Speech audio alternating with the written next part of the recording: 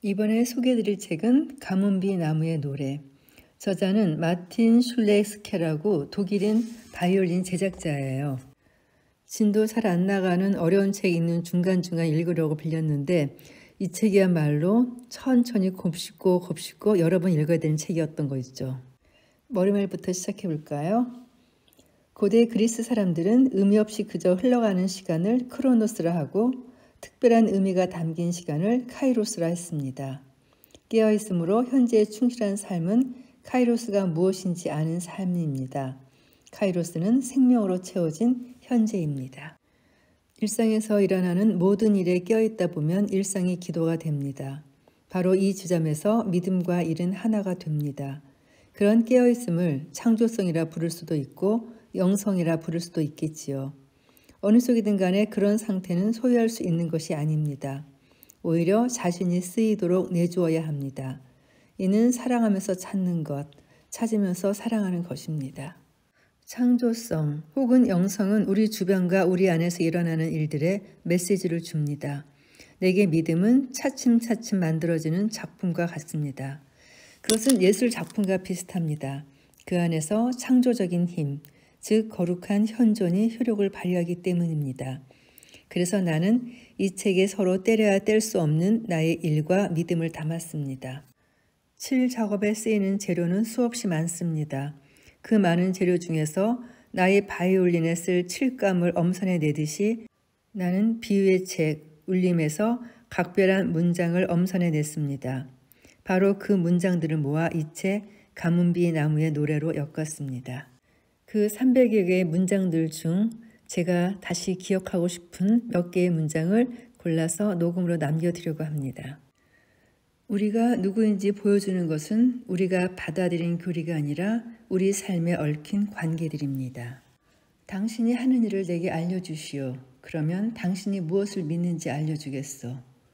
우리가 어떤 사람인지 신앙인인지 아닌지는 우리가 설파하는 세계관이나 종교적인 교리에서 드러나지 않습니다. 우리가 어떤 사람인지는 우리가 무엇을 하면서 시간을 보내는지, 우리가 어떤 일에 힘을 쏟는지 등에서 드러납니다. 햇빛이 나뭇잎 안에서 탄소를 변화시키듯이 사랑은 사랑받는 사람 안에서 그의 성품을 바꿉니다. 이것이 사랑의 본질입니다. 좋은 바이올린과 마찬가지로 인생에서도 익숙한 것과 낯선 것, 친밀함과 거리두기의 상호작용이 중요합니다. 울림이 있는 삶에는 노이만의 건축 원칙이 구현됩니다. 익숙하고 친숙한 것만 추구하면 영감이 오지 않습니다. 이질적이고 낯선 것뿐이면 소통할 수 없습니다. 익숙한 것에 대한 기대가 채워질 때 우리는 안정감을 느낍니다. 익숙한 흐름이 너무 드물게 나타나면 우리는 불안하고 혼란합니다. 친숙한 것과 낯선 것이 적절히 반복되는 음악은 아름답습니다. 아름다움의 기본 법칙은 인간관계에도 적용됩니다. 상대가 익숙하기만 하면 관계에 발전이 없습니다. 그러나 상대가 너무 종잡을 수 없으면 관계는 어렵고 복잡해집니다. 살아있는 관계를 유지하는 데는 상호작용의 균형이 필요합니다. 우리의 삶에는 두 가지 놀라운 순간이 있습니다. 하나는 위기의 순간이고 또 하나는 계시의 순간입니다. 이 둘이 어우러질 때 삶이 아름다워집니다. 하지만 우리는 위기는 원하지 않고 계시만 원합니다. 익숙한 것과 통제할 수 있는 것을 환영하고 놀라운 것과 낯선 것은 거부하지요. 그럴 때 우리 삶은 아름답지 않습니다. 성숙한 삶에서는 은혜와 일이 언제나 공명을 이룹니다. 한 가지가 다른 한 가지를 빛나게 하지요. 은혜와 일 사이의 긴장, 삶의 힘과 삶의 내용 사이의 긴장은 하나님에게서 비롯됩니다. 하나님은 주는 자인 동시에 요구하는 자이기 때문입니다. 좋다고 여기는 것, 칭찬할 만하다고 여기는 것은 자꾸 입 밖으로 말하십시오. 그것에 익숙해지면 내적인 힘을 경험할 것입니다. 바로 그 힘이 우리를 변하게 합니다. 말은 정보를 전달하지요. 동시에 창조적인 힘을 지니고 있습니다. 현대 뇌과학에 의하면 두뇌의 언어 중추가 다른 부분에도 강한 영향을 끼친다고 합니다. 그러니 말에 주의하십시오. 무엇보다 자기 자신에 관한 말에 주의하십시오. 우리는 우리의 말을 통해 말씀으로 세상을 창조한 창조주의 힘을 조금이나마 빌릴 수 있습니다. 완벽하고자 하는 사람은 차갑습니다. 완벽한 모양을 갖춘 바이올린이 꼭 좋은 울림을 내지는 않습니다. 사람도 마찬가지입니다.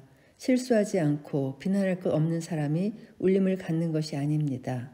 울림은 자기 삶에 중요한 것이 무엇인지 명확히 알 때 생깁니다. 정체성과 소명 중 하나를 잃어버릴 때 우리 인생은 침몰하거나 영원히 한 곳에 머무를 위험에 처합니다. 자기 정체성을 알지 못하는 사람은 내적 무게가 없어 침몰해 버립니다. 폭풍으로부터 배를 지켜주는 용골이 없는 셈이지요. 반대로 자기 소명, 즉 세상에서 해야 하는 일을 알지 못하는 사람은 돛을 달지 않은 배나 마찬가지입니다. 이런 사람은 결코 항해할 수 없습니다. 죄에 대한 벌은 죄 자체입니다. 죄는 우리 삶을 훼손하기 때문입니다. 이는 영혼의 죄를 범하는 것과 같습니다. 오늘 당신 삶을 훼손한 죄는 없습니까? 세계를 예술 작품으로 보는 것은 매력적인 생각입니다. 세계는 거대한 그림이자 조각이자 구성 작품이고 우리는 그 어마어마한 작품 속의 세세한 장면이자 주인공입니다. 우리는 예술 작품이지 조립품이 아닙니다. 세계를 창조의 공간으로 생각하면 삶을 새롭게 바라볼 수 있고 살아있다는 사실에서 새로운 즐거움을 맛볼 수 있습니다. 그럴 때 우리는 주변 사람이나 사건을 좌지우지하려는 강박에서 벗어날 수 있으며 나뭇결을 거슬러 자기 생각을 강요하는 거만에 빠지지 않을 것입니다.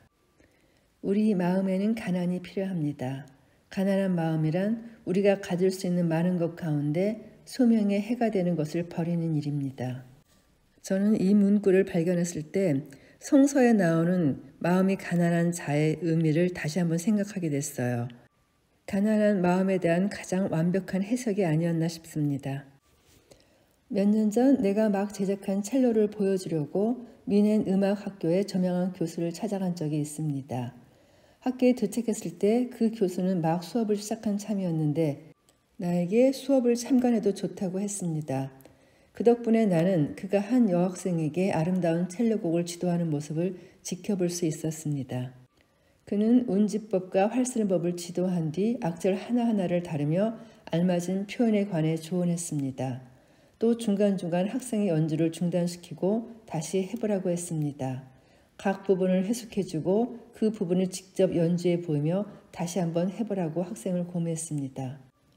수업을 지켜보다가 맞은편 벽에 붙어있는 격언에 눈길이 갔습니다.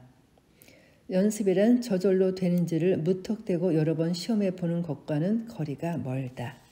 또 다른 에피소드를 소개해드리죠. 전직 음악가인 라인홀트는 우크라이나 사람들을 돕습니다. 언젠가 한 지인이 이렇게 탄식했습니다. 우크라이나의 형편은 너무 나빠요. 아무리 도와줘도 밑빠진 독에 물 붓기예요. 뜨거운 돌에 찬물 한 방울 떨어뜨린 것밖에 안 된다니까요. 라인홀트는 빙그레 웃더니 이렇게 말했습니다. 많은 사람의 어려운 형편을 모두 더해서 생각하면 안 돼요. 한 사람 한 사람의 어려움은 그 자체로 온전한 어려움입니다. 한 사람의 어려움을 외면한 채 이렇게 어마어마한 어려움이 있으니 작은 도움은 소용없다고 말하는 것은 말이 안 됩니다. 예수는 라인홀트가 우크라이나인 한 사람 한 사람에게 한 행동이 바로 예수에게 한 행동이라고 말씀하실 것입니다. 오늘 당신의 도움이 필요한 그 한 사람은 누구입니까? 악기를 손봐달라며 내 작업실에 오는 첼리스트나 바이올리니스트는 그 표정이나 말투가 꼭 아이를 병원에 데려온 부모 같습니다. 첼로의 음이 변한 상태를 설명할 때 그는 마치 자기 오른팔이 마비되거나 손가락이 아픈 것처럼 말합니다. 첼리스트가 나의 작업실에 앉아 괴로운 표정으로 첼로를 연주하는 모습을 보며 나는 충격적인 깨달음을 얻었습니다. 계시의 순간이었다고 할까요?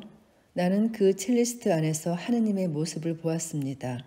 첼리스트의 모습에서 인간이 막힌 음을 낼 때 고통스러워하는 하나님의 모습을 본 듯했습니다. 열린 음을 되찾고 싶어하는 첼리스트의 심정에서 나는 인간이 제 음을 찾지 못하고 막혀버렸을 때 못내 안타까워하는 하나님의 심정을 느꼈습니다. 우리는 하나님의 악기입니다. 저는 이런 경험으로 신과 세상의 관계를 비유적으로 깨닫습니다. 어떤 바이올리니스트도 악기 대신 자기가 직접 소리를 내므로써 고통을 줄이고자 하지 않지요. 신도 마찬가지입니다. 신은 전능하지만 우리 대신 노래를 불러주지는 않습니다. 우리가 아무리 깨진 음을 내도 그 소리 때문에 고통스러워할지언정 우리 대신 노래 부르려 하지는 않습니다. 울림을 내는 것은 전적으로 우리 몫이기 때문입니다. 얼마 전 나는 한적한 계곡에서 며칠 조용한 시간을 보냈습니다. 따뜻한 5월이었습니다. 가파른 길을 걸어 내려오다가 문득 산 쪽을 바라보았습니다. 시냇물 소리가 들리고 5월의 햇빛 속에서 빛나는 초록 나무들이 보였습니다.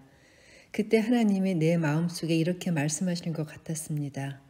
자, 주변을 둘러보아라. 내가 너를 위해 이 모든 것을 만들었단다. 하지만 너를 만든 까닭은 너를 위해서가 아니라 다른 이들을 위해서란다. 우리는 위기를 싫어합니다. 그러나 인생을 다 살고 돌아보면 위기 없는 삶은 온갖 고난을 통과하며 인도받은 삶보다 소명을 이루기가 더 어려웠음을 알게 될 것입니다. 신은 불가사의한 방식으로 고통 가운데 함께합니다. 신이 함께한다고 해서 고통이 사라지지도 않고 물음에 대한 답을 얻는 것도 아니지만 심오한 위로가 우리 안으로 스며듭니다. 이는 숨막히는 현존입니다. 우리는 고통을 이해할 수 없습니다. 고통 가운데 믿음으로 서 있을 뿐입니다.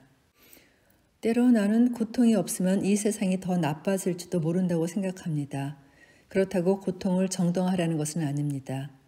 하지만 나는 사람들이 주변에 고통받는 사람들을 보며 마음속에서 이웃사랑을 일깨우는 것을 경험했습니다. 인간이 자아에 편협한 울타리를 넘어선 것이지요. 우리는 어려움 가운데 서로 의존합니다. 고통이 우리에게 전하는 유일한 메시지는 다른 사람들을 위해 살라는 것입니다.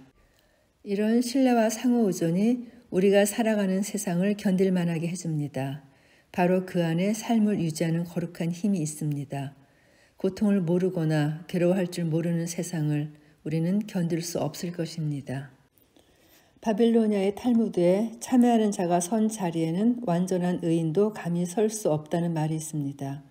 이는 깨닫고 돌이키는 자리야말로 인간이 나아갈 수 있는 가장 거룩한 장소라는 뜻입니다. 참회에 진정한 힘이 있습니다. 참회는 자신의 생명을 다시금 일깨우는 힘입니다. 영국 시인 해릭은 이렇게 노래합니다. 고기 저장고를 비우고 송아지 고기와 양고기를 치우는 것이 금식입니까?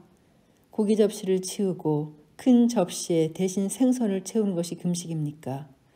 1시간 금식하고 허기진 채로 걷는 것, 아니면 눈을 내리깔고 부르퉁한 모습을 보이는 것입니까? 아닙니다. 그대의 밀 한 담과 고기를 굶주린 영혼에 베푸는 것이 금식입니다. 참된 금식은 다툼과 해묵은 논쟁과 미움의 끝을 내고 그대의 생명에 할례를 행하는 것, 애통함으로 그대의 마음을 찢고 그대의 위장이 아니라 죄를 굶주리게 하는 것입니다.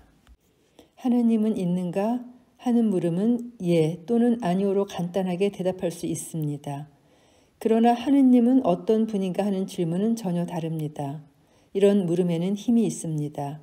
믿음이란 하나님은 어떤 분인가 하는 질문에 자신의 삶으로 답하는 것입니다. 바이올린 제작자로서 마틴 슐레스키는 이렇게 하나님의 말씀을 매 순간, 매 삶 속에서 느끼며 그것을 일상으로 풀어낸 아름다운 글들을 이렇게 남겼습니다. 좋은 말들이 참 많은데요. 누가 하느냐에 따라 그 말의 힘이 다른 것 같습니다. 그런 의미에서 마틴 슐레스키의 말은 그 한마디 한마디가 모두 힘있는 감동으로 다가왔습니다. 오늘도 녹음 들어주신 분들께 감사드립니다.